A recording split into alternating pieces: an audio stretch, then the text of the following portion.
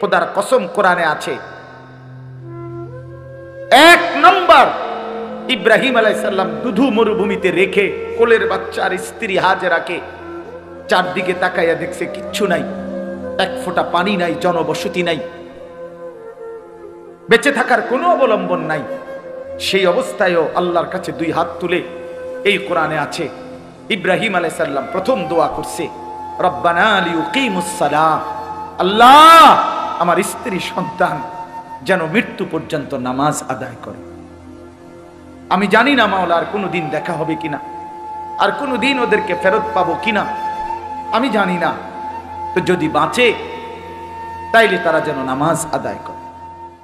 যেখানে এক পিতা, এক স্বামী তার স্ত্রী সন্তানের জন্য এই মরুভূমির নিঃস্ব অবস্থাতেও নামাজের ফিকির করছেন, সেখানে আপনি বাবা আপনার ঘরে খাট পালং সোফা ফার্নিচার দালান বিল্ডিং ঘর জায়গা জমি এত কিছু থাকার পরেও আপনি আপনার ছেলে মেয়ে স্ত্রীর জন্য নামাজের ফিকির করলেন না কেন? কেন করলেন? কেন ছেড়ে দিলেন? কেন পরাজিত হলেন? মুসলমান তো হারে না, মুমিন তো পরাজিত হয় না। আমি অনুরোধ করলাম, আজ যুবক ভাই তোমাদেরকে বললাম, ওই আগের কথা, যদি কেউ গুরুত্ব নাও দেয় তোমারে, তুমি নষ্ট হইও না। ইব্রাহিম আলাইহিস সালামের বাবা আজর মূর্তি পূজক ছিল, তাই বলে তিনি ভেসে যায় নাই, তিনি সন্তান ইমানদার ছিল। এজন্য তুমি নষ্ট হইও না, আমার অনুরোধ। আমি আবারও বলছি, আমি যদি বলো কাছে গিয়ে বলতে বলতে রাজি। আমি এক ফেরিওয়ালা, যেই ফেরিওয়ালার মাকসাদ আমার জিন্দিগির মাকসাদ, আমি বুঝি ফেরিওয়ালা আমি। আর এই ফেরিওয়ালার একটা নিয়ম হলো, ফেরিওয়ালা জানে তার প্রত্যেক ডাকে কাস্টমার আসে না। কথা বলেন না কেন? ফেরিওয়ালা প্রতিবার ডাক দিলে কি আসে না? কাস্টমার আসে না, সে জানে, কিন্তু সে বলতেই থাকে, সে তার পণ্য ঘোষণা দিতেই থাকে, রোডে রোডে গলিতে গলিতে সে বলতেই থাকে। সে জানে 30 বার বললে 50 বার বললে হয়তো কেউ একবার সাড়া দিতে পারে, সেই আশায় সে বলতেই থাকে। আমরা ফেরিওয়ালা, আমরা বলতেই আছি, বলতেই থাকি, ভাবি, ভাবনা করি, ইনশাআল্লাহ এর ভিতর থেকেই বদলাম। হতাশ না, আমি হতাশ না, আমি হতাশাগ্রস্তদের অন্তর্ভুক্ত না, আমি হতাশ হতেও চাই না, কারণ হতাশা কুফরি। কোরআনে স্পষ্ট আছে, যে হতাশ হয় সে বেঈমান হয়। হতাশা কি বলেন না? কুফরি, কুফরি। মুমিনের জন্য হতাশা জায়েজ নাই, হাল ছেড়ে দেওয়া জায়েজ নাই। এই জন্য আপনাদের কাছে অনুরোধ করলাম, সবাই নামাজ পড়েন, সবাই সেজদা করেন, বলেন ইনশাআল্লাহ, বলেন ইনশাআল্লাহ। এই ভাই বললাম, যে সেজদা করে না, আমার একটা সত্য কথা শুনেন, যে সেজদা করে না, আমার দৃষ্টিতে এত বড় 7 আসমান 7 জমিন, এত বড় কুল কায়নাতের মালিক, রাজাধিরাজ, আহকামুল হাকিমিন, মহান আল্লাহ, যার হাতে আমার অস্তিত্ব, আমার বেঁচে থাকা, আমার নড়া চড়া, আমার বিন্দু বিসর্গ টিকে থাকা, আমার নিঃশ্বাস যেই আল্লাহর হাতে। আবারও বলছি ভাই শোনো, সেই আল্লাহর সামনে যে মাথা নোয়ায় না, ঘাড় নোয়ায় না, সেজদা দেয় না, খোদার কসম আমার দৃষ্টিতে তার চাইতে বড় ঘাটতারা, গাদ্দার, বেয়াদব আর কেউ হইতে পারে না। তুই সবচেয়ে বড় ঘাটতারা, তুই ঘাউরা নাম্বার 1। তুই মনে রাখিস, আমার নাম আনিসুর রহমান, আর যদি কোনোদিন বলতে না পারি তো আজই বলে গেলাম, তোমার মতো ঘাটতারা রে, তুমি ছোটখাটো কারো সামনে তেরামি করো না, তুমি এত বড় মালিক আল্লাহর সামনে ঘাড় নামাও না। তোমার মতো ঘাটতারা তো আর কেউ হইতে পারে না। ফেরেশতা হাসরের ময়দানে কবরে পাইলে প্রথম তোমারে ঘাটটা চাইয়া বাড়ি দিব, একটা বাড়ির লগে তোর ঘাড় ফাটাই লাইব। মনে রাখিস, তামসা মনে করো না। তো জিন্দিগি তেমন উপভোগের কিচ্ছু নাই, এ ফাঙ্গাস তেলাফিয়া ছাড়া আর কিচ্ছু নাই জীবনে। তো আহামরি কিচ্ছু না, ফুলকপি আর ভাতা কপি, বাজারে তরকারি নাই, এই তরকারি, ফার্মের মুরকার কক মুরকা, দৈন্যাতার কাঁচামরিচ, খিরার টমাটো, আর কিতা ধুন্দুল, করলা, লাউ, মিষ্টি কুমড়া। মিষ্টি কুমড়াও নিয়মিত পাওয়া যায় না। এই তো দুনিয়া, এই সামান্য দুনিয়া। জন্তু জানোয়ার হাইওয়ান এর চাইতে বেশি দুনিয়া ভোগ করে। আমাদের বাংলাদেশের একজন প্রখ্যাত আলেম আছে, ডক্টর আল্লামা আফম খালিদ হুসাইন। ওনার বয়ানে আমি নিজে শুনছি, উনি গবেষক, অনেক বড় উচ্চ শিক্ষিত মানুষ, জেনারেল লাইনও আলেমের লাইনও। হুজুরের বয়ানে আমি শুনছি, হুজুর বলছে একটি হাতি একদিনে 250 কেজি খাবার খায়, 90 লিটার পানি খায়। 250 কেজি খাবার আমনে খাইতে পারবেন? আমি একবার ওই কক্সবাজারের আগে চিটাগাংয়ের পরে একটা সাফারি পার্ক আছে, দুলা হাজারা সাফারি পার্ক। আমি অনেক আগে গেছিলাম, এটা আমার এক পরিচিত লোকে আমার এটাতে নিছিল, বিশাল বড় এটা। ওইটার মধ্যে বাঘের খাঁচায় আমি সামনে গেছি, যখন দেখতাম বাঘ, এই টাইমে বাঘেরে গোশত দিছে খাইতে। আমিও গেছি, দাঁড়াইছি, গরুর গোশত বস্তার থেকে ডাইলা। তো আমি জিগাইলাম, ভাই কদ্দুর দিলেন এই বাঘটারে? কয় হুজুর, জঙ্গলে বাঘ যে পরিমাণ খায় ওই চাহিদা মতো দেওয়া যায় না, এটা তো চিড়িয়াখানা, এটা তো একটা সীমাবদ্ধতা আছে। আমি কাছে হোক না, কদ্দুর দিচ্ছেন হেডেই হুনি? কয় এমনি প্রতি বেলা 20-22 কেজি গোশত দিতে হয়, গরুর গোশত 20 থেকে 22 কেজি গরুর গোশত এই বাঘটারে প্রতি বেলা দেয়। 22 কেজি গোশত এক বইটা খাইতেন পারবেন? এই বাঘের বাচ্চা খারানছে আমি নিজে খাওয়াম, বেড়ই মূল্য টেহা গেলে যাক না, আপনার লগে লইয়ে যাবো এক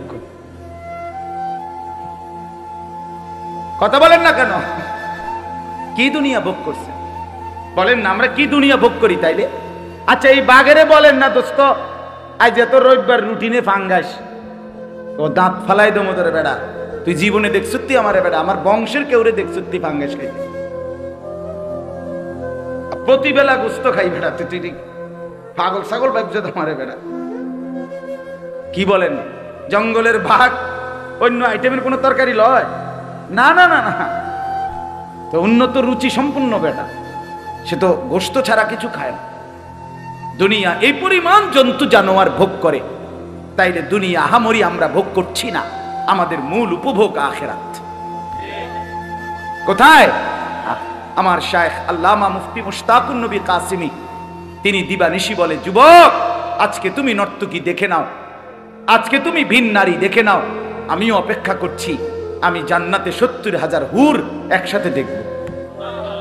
হুজুর বলে, যুবক আজকে তুমি ভিন নারীর গান শুনে নাও, নাজায়েজ হারাম গান বাদ্য শুনো, আমিও অপেক্ষা করছি, জান্নাতের 70,000 হুরেরা একসাথে গান গাইবে, আমি শুনব, জান্নাত নড়ে উঠবে, জান্নাতের গাছ গিলমান সব। আমি নিজে আরবি কিতাবে পড়ছি, ওয়াকাত তাতাহাররাকু কানাদিলাল জান্নাহ, জান্নাতের গান শুরু হবে তো পুরা জান্নাত নড়ে উঠবে, গাছপালা তরুলতা সব জান্নাতের নড়বে চড়বে। এমনকি এই কানাদিল মানে লাঠি, লণ্ঠন, এইটার দিকে দেখেন, একটু একটু লড়ে, দেখছেন না?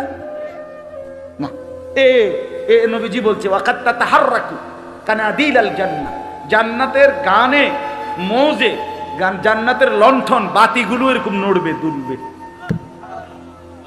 মানে বাতির মধ্যে তালাইয়া ফেলবে। করছে কি রে? হ্যাঁ, আমরা অপেক্ষা করছি, চলেন সবাই অপেক্ষা করি, ঠিক আছে না? ইনশাআল্লাহ আল্লাহ আমাদেরকে তৌফিক দান করেন, হায়াতের কদর করেন। এই হায়াত, এই আয়াতের বক্তব্য এটা, আজকে যারা গুনাহ পাপ নাফরমানিতে জীবনটা শেষ করে দিচ্ছেন, খোদার কসম আল্লাহ এই আয়াতে এই কথাটাই বলছে যে বান্দা, প্রতিটা পাপী নাফরমানি অবাধ্য যে জীবনটা নষ্ট করে দিল, এই লোকটা মৃত্যুর সময় মালাকুল মউত আজরাইল যখন আসবে, আল্লাহ বলছে পরিষ্কার, হাত্তা ইদা জা আহাদা, এই শুনেন এই শেষ কথা, হাত্তা ইদা জা আহাদাহুমুল মউত, ওই মেহমানরা আসেন না, ভিতরে আসেন, সময় হয়ে গেছে, আসেন আসেন না, আরে ভাই আর দেরি নাই, আসেন, ওই ছেলেরা আসো না মিয়া, ভিতরে আসো, আসো আসো আসো, সময় হয়েছে দোস্ত। আল্লাহ তাআলা বলেন, হাত্তা ইদা জা আহাদাহুমুল মাউত, প্রত্যেকটা পাপী নাফরমানের মৃত্যুর সময় যখন আসবে, মালাকুল মউত আসবে, ক্বালা রব্বিরজিউন, এই কথাটাই শুধু বলতে চাচ্ছি, প্রতিটা পাপী, নাফরমান, অবাধ্য। আহা, আজকের হায়াত জিন্দিগি যারা খামখেয়ালি করে, অবহেলা করে, তুচ্ছতাচ্ছিল্য করে নষ্ট করে দিলেন, আল্লাহ বলেন এরকম প্রতিটা পাপী নাফরমান আল্লাহকে বলবে, আয় আল্লাহ, আমার দুনিয়ার সময়টা অল্প সময়ের জন্য আবার ফেরত দেন। ক্বালা রাব্বিরজিউন, বলবে আল্লাহ দেন না, একটু সময়ের জন্য আবার দেন। আল্লাহ জিজ্ঞেস করবে কি করবা বান্দা? তো বান্দা বলবে লাআল্লি আ'মালু সালিহান ফিমা তারাকতু, যে আমলগুলো ছুটে গেছে, যেই নেক আমলগুলো, নামাজ রোজা বন্দিগিগুলো করি নাই, এবার সুযোগ পেলে আমি তা পূর্ণ করব। আল্লাহ তাআলা বলবেন কাল্লা, এই যে শব্দ, কখনোই না, না বান্দা, কখনোই হবে না। মালাকুল মউত আজরাইলকে সামনে এনে আমি কোনোদিন আমার জগতের কাউকে সুযোগ দেই নাই। আমি যদি আজরাইলকে দেখি, তাফসীরের মধ্যে আছে পাপী ব্যক্তির সামনে আজরাইল অত্যন্ত বিভৎস কুৎসিত আকৃতিতে আসে, আর এই জন্য আজরাইলকে তখন ওই দৃশ্যে দেখে প্রতিটা মানুষ বুঝে তার পরবর্তী পরিণতি কি হবে। এই জন্য সে তখন দুনিয়ার হায়াত চায়, যে আল্লাহ একটু সুযোগ দেন, ওরে ফিরায় দেন। তো এই জন্য আল্লাহ বলে না বান্দা, হবে না। আজরাইলকে দেখাইবার পরে যদি আমি ফেরাউন নমরুদেরও সুযোগ দিতাম, তো নমরুদ ফেরাউনও জোনায়েদ বাগদাদি হয়ে যেত। হ্যাঁ, ভালো হয়ে যেত, ভালো হয়ে যাইত। আমি দেই নাই, আমি সুযোগ দেই নাই। ইন্নাহা কালিমাতুন হুয়া কাইলুহা, আল্লাহ বলে নাফরমান পাপী, তুই বিপদ দেখলে, এই যে এখন আজরাইলের এই বিভৎস চেহারা দেখে বিপদ বুঝছ, এই জন্য আমাকে ডাকছ। আমি জানি এটা তোমার কথার কথা, কারণ ইতিপূর্বের হায়াতে বহুবার বহু মুসিবতে তুমি আমারে ডাকছিলা, মুসিবত পার হইয়া যাওয়ার পরে আমারে ভুলে গেছো। ফাইদা রাকিবু ফিল ফুলকি দাআবুল্লাহ মুখলিসিনা লাহুদ্দিন, মাছ দরিয়ায় যখন ঢেউ উঠছে, ঝড় উঠছে, তুফান লাগছে, ঘূর্ণিঝড় শুরু হইছে, তখন তুমি নৌকা, লঞ্চ, স্টিমার, জাহাজের মধ্যে আমারে ভীষণ মনোযোগ দিয়া ডাকছিলা। ফালাম্মা নাজ্জাহুম ইলাল বাররি ইদা হুম ইউশরিকুন, যখন আমি পারে ভিড়াইয়া দিছি, কথা বোঝেন নাই, পারে যখন আমি পারে ভিড়াইয়া দিলাম, বাঁচাইয়া দিলাম, ইদা হুম ইউশরিকুন, সাথে সাথে বেঈমান তুমি আমি আল্লাহকে ভুলে আমার সাথে শিরিক করতে লাগছো। এতক্ষণ ডাকছিলে আমারে, এখন সব গুনাগুন হইয়া গেছে ড্রাইভারের, মাঝির, ওই সারেঙ্গের। সিএনজি যে সময় অ্যাক্সিডেন্ট করতে লাগছে গাড়িটা, প্রাইভেট কারটা, তখন তুমি আল্লাহ আল্লাহ আল্লাহ আল্লাহ আল্লাহ আল্লাহ আল্লাহ আল্লাহ আল্লাহ আল্লাহ আটকে গেছে। যখনই বাচ্চা গেছে তখনই ড্রাইভার রে, তে একটা ড্রাইভারে, জাত ড্রাইভার, খানদানি ড্রাইভার, হ্যাঁ, তার বংশ ড্রাইভার, তার 14 গোষ্ঠী গাড়ি চালাইতে চালাইতে মারপেটের তাইছে। মানে এইবার পারে না, হেতের চাঁদের দেশে তুই আইছে। এইবার সমস্ত গুণাগুণ কার? এতক্ষণ ডাকছিল কাকে? আল্লাহ বলে তুমি এই জাতের সিটা, তোমার সিরি আমি। তোমার বেডির যে সময় সিজার হইতে লাগছে, তুমি সে সময় আমার নামাই লাইছো।